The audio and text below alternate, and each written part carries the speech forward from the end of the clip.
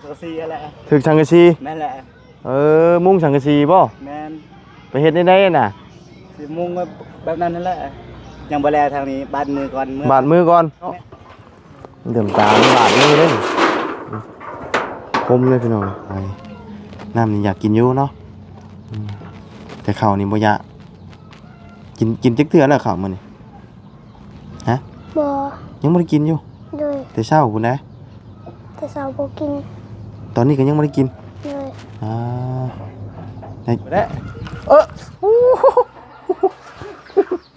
ถึงเรียบร้อยพี่น้องเลย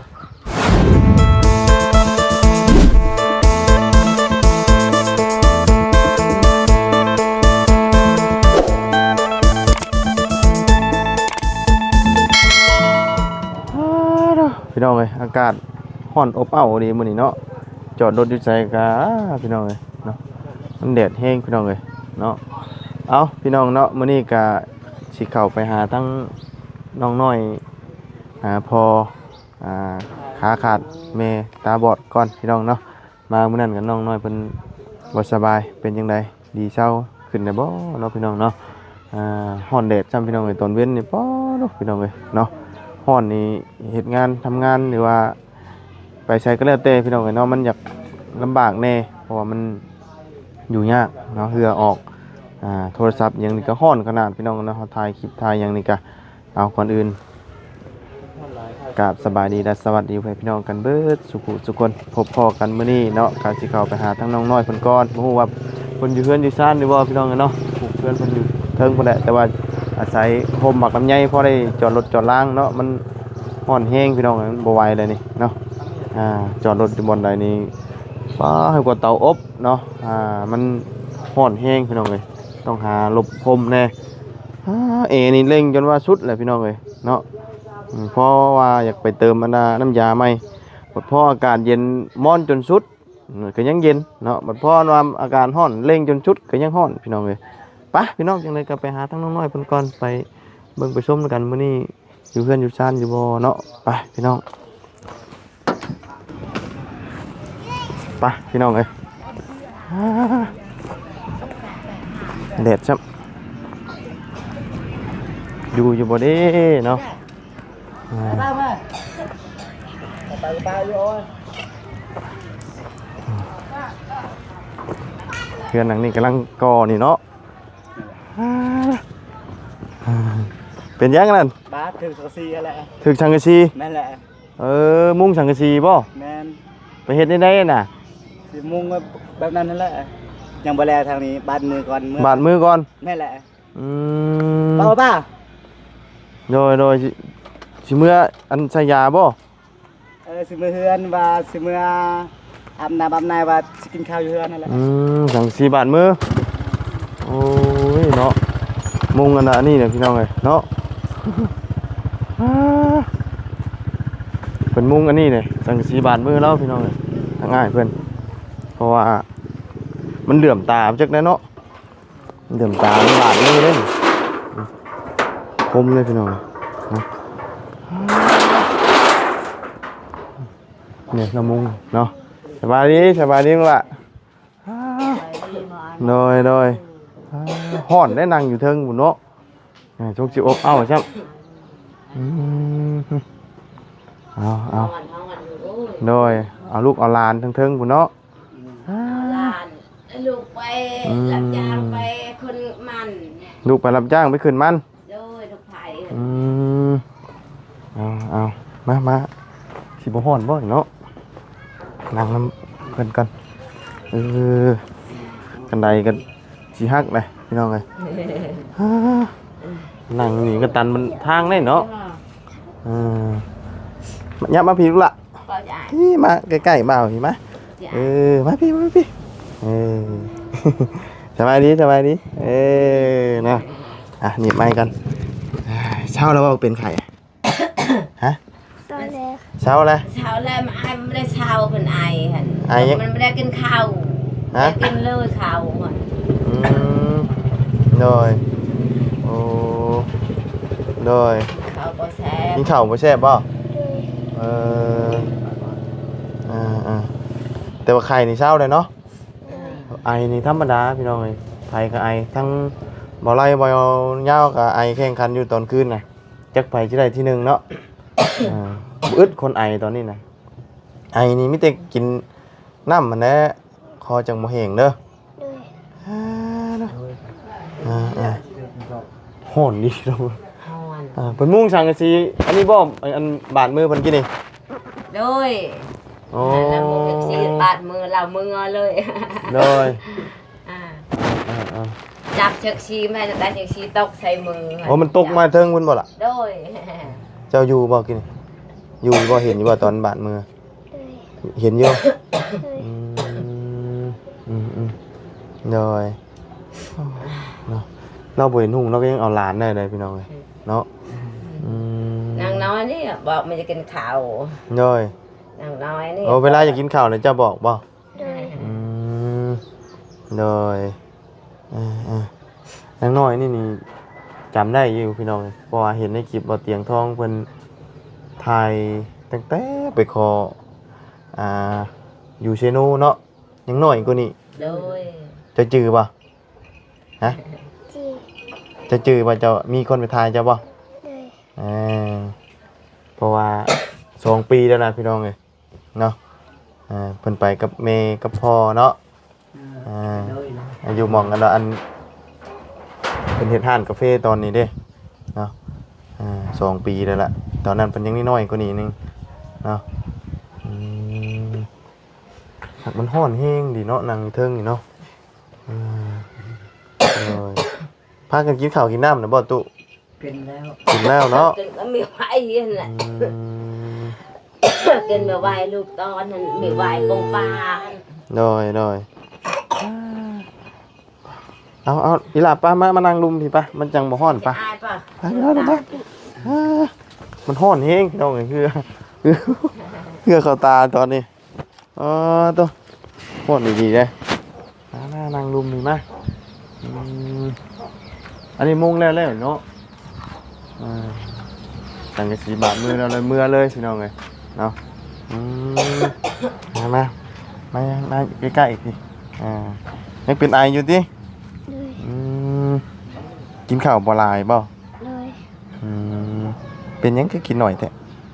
คือบ่กินหลายฮะกินได้ใหญ่ไวๆบ่ บอ หึ บอ บ่อยากกินหลาย เลย อยากกินหน่อย เลย กินบ่แซ่บติ เลย ขนมก็ยังกินบ่ได้เด้เนาะแม่นบ่ เลย นมได้กินได้บ่นม ได้ ได้อยู่เนาะพอดีแล้วเดี๋ยวบ่าวจะเอานมให้เด้ออยู่ในรถถูกมื้อใดจะสิได้ไปโรงเรียนฮะมื้อใดสิได้ไปโรงเรียน เสาร์วันไป เช้านี่เด้วัดบ่มีแล้วนี่หึขี้มูกออกบ่อยู่บ่ออกอยู่บ่ เลย เลยโรงเรียนเจ้าไปเรียนอยู่ไสน่ะ เพื่อนปลา เลยสบายดีพี่น้องเอ้ย เนาะ สบายดีลูกล่ะสบายดีเพิ่นลูกโอ้ยไอ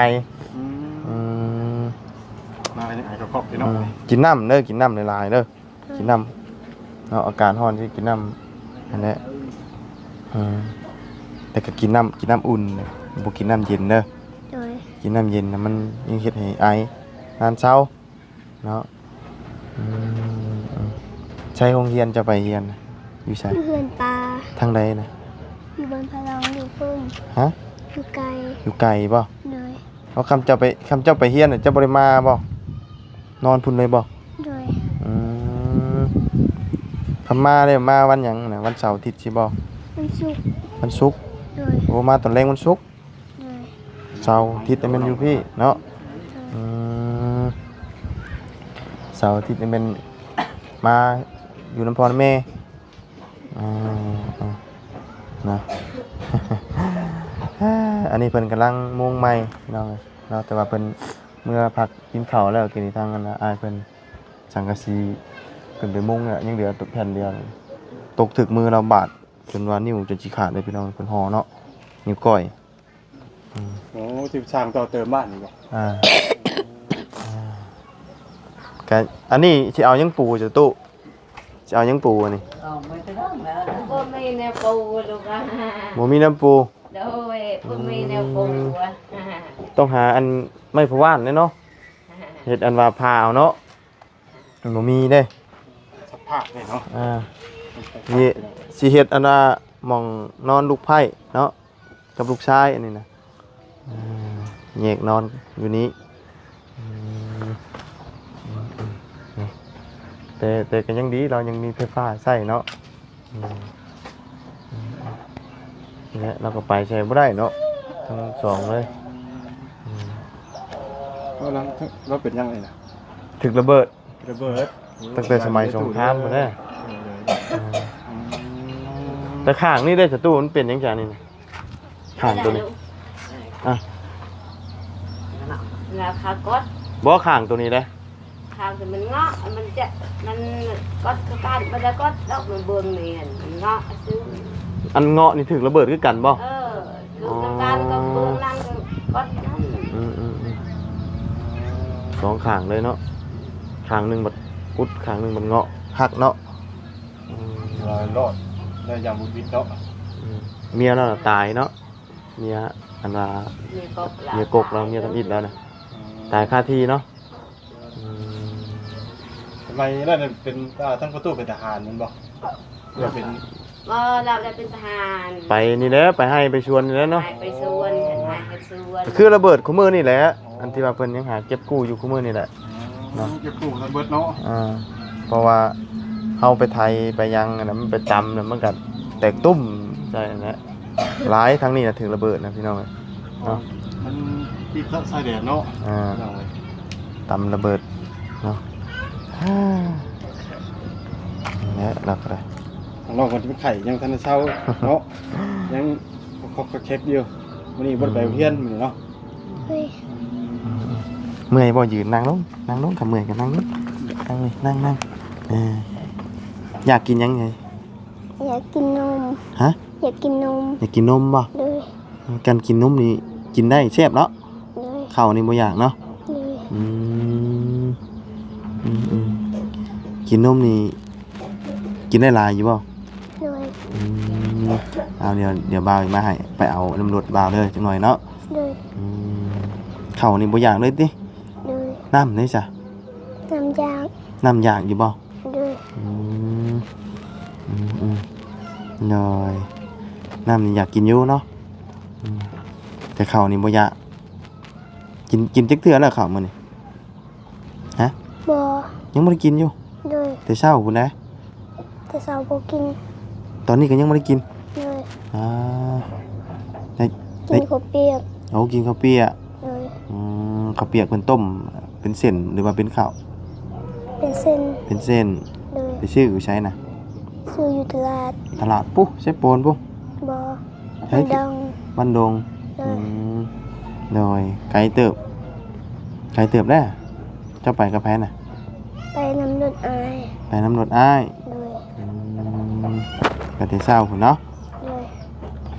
กินข้าวเปียกไปหน่อยเนาะ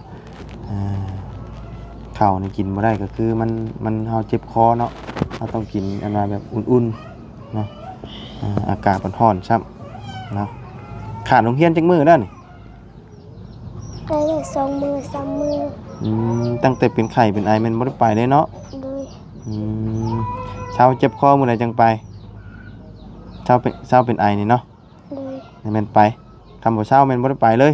เลย จนกว่าสิเช้าพุ เลย โดยนั่นแหละมีแต่กินยาแก้ไออย่างเด้ออยากกินข้าวเนาะจังเช้าไวๆบ่กินเด้อขนมเด้อ เลย ขนมมันไอเด้ขนม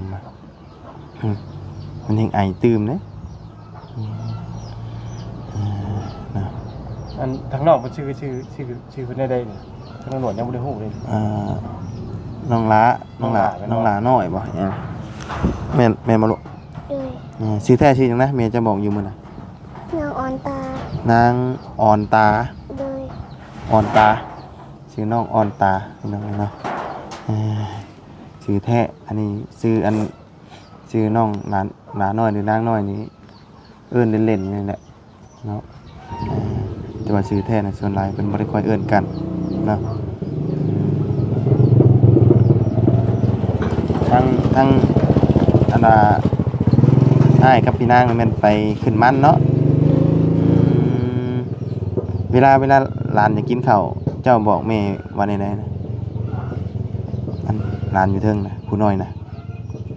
มีเขาแม่เอ้ย อืมแต่ว่าต้องพอตู้นี่สิเว้าลาวบ่ค่อยได้ปานใดเนาะมาฟังตามเบิ่งนี่ แล้วเขาบ่ฮู้ครับ ม เวลาถามไปแล้วยังบ่ เพราะว่าเวลาถามบ่ค่อยเข้าใจปานใดทางเนี้ยนี่สิเข้าใจกว่าเนาะแต่ว่าทางประตูนี่สิบ่เข้าใจถามว่าแข่งครั้งนี้เป็นหยังแล้วก็ยังถามเมีย เราเดี๋ยวหาเมีย ถามเมียต่อ อย่างฮู้ว่าเขาบอกหยังเราก็ได้ สติแหละเนาะเป็นเราบ่ได้เนาะฟังบ่ออกนะ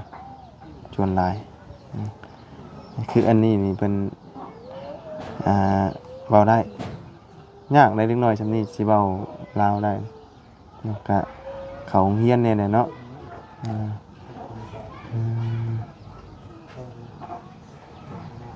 รถบ่ได้ปิดแน่น่ะรถบ่ได้ล็อกนะนี่กระจกแล้วบ่ได้เอาลงเอาขึ้นเนาะเอากระจกขึ้นแน่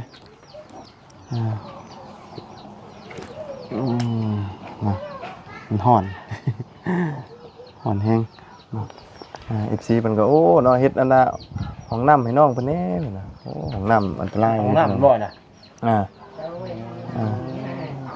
แปลว่าชุดโซมไปดีเนาะไปยาวมึงมาดูไปเป็นที่ไหนไปของน้ำมันเนาะ เฮ้ยหมุนทั้งนี้ได้บ่ เป็นตัวน้อยเนาะหมุนยุบไปได้ถึงเรียบร้อยพี่น้องเลยอ๋อดูเจ็บไปเติบบาทเลยโอ้อันนี้โบฟ้ายังใช่อยู่นี่ใช่นี่บ่คือมือนี่นะเนาะ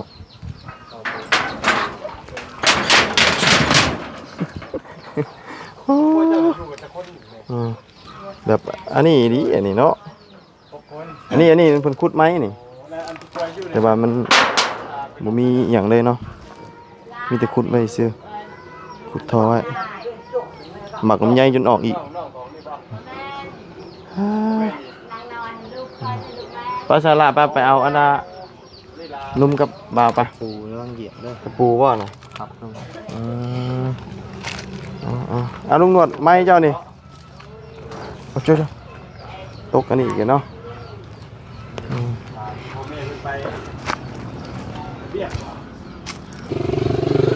โอ้ต่ำนี่เจ็บเติบเอานุ่มไปให้เพิ่นกินกันเพิ่นอยากกินนมเอาไงกินบ่แซ่บเรากินข้าวกินหยังกัน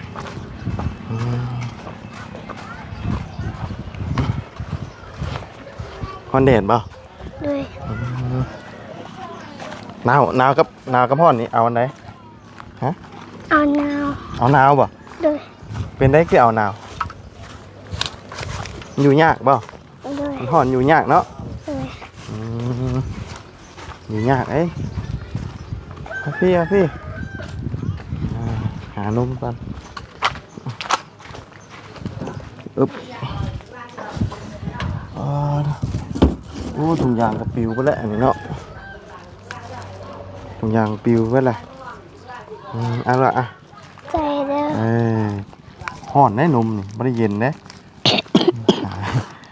กินร้อนๆนี่แหละมันจังมีแห้งเนาะจังอุ่น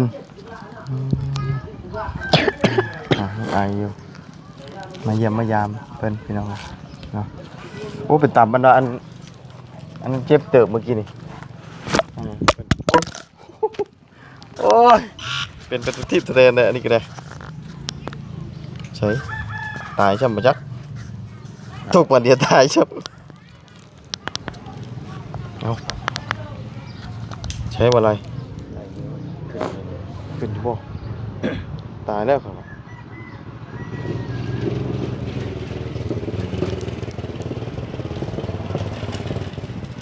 ขึ้นไปนี่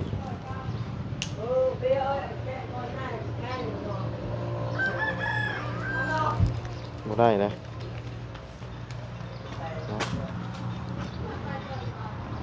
ยามมันจะได้จำเป็นแล้วอย่าจังเปลงจำตกแล้วมันขึ้นลงได้เพิ่นเอาซะพี่น้องเอ้ยมีแต่สิให้น้องเพิ่นเมื่อเฮือนเพิ่นแหละบัดนี้ให้เพิ่นมาเอานมนำมาเยี่ยมมายามพี่น้องเอ้ยเนาะเพราะว่าน้องเพิ่นเป็นคนเว้าบ่เก่งนะพี่น้องเนาะเป็นคนเว้าบ่เก่งบ่ปากเลยล่ะแต่ว่าแม่นี่โอ้ไหลลุดๆนะเว้านี่ทะลุทะลวงเลยนะเอาป้าสามีแต่อีหล่าเมื่ออันน่ะเงินเด้อ เลย เดี๋ยวมื้อหน้าบ่าวมาเยี่ยมยามยายใหม่เด้อ เลย โดยสบายดีเด้อเนาะ ไปดี เอามาติดสบายดีอัน สบายดี ไปพี่น้องก่อนถุงเฮียพี่น้องกันล้มปิวถือเอาเนาะโอเคมาไม้ก่อนไปจ้ะ ใจเบาเด้อ เด้ออยู่ดีมีเฮงเด้อเศร้าไวๆเด้อ เลย กินน้ำหลายๆเด้อ เลยไปเด้อ เด้อไปพี่น้องเอ้ยให้เพิ่นเมื่อนั่นแหละเนาะใส่ตัวน้องเพิ่นพี่น้องเนาะแต่ว่าน้องเป็นคนเว้าบ่เก่งเนาะ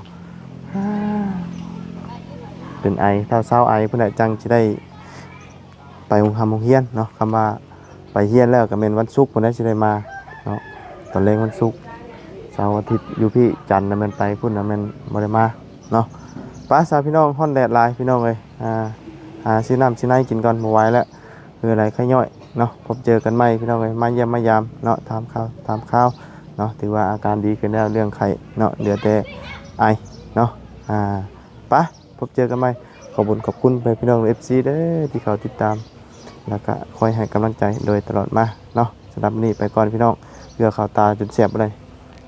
สบายดีพี่น้อง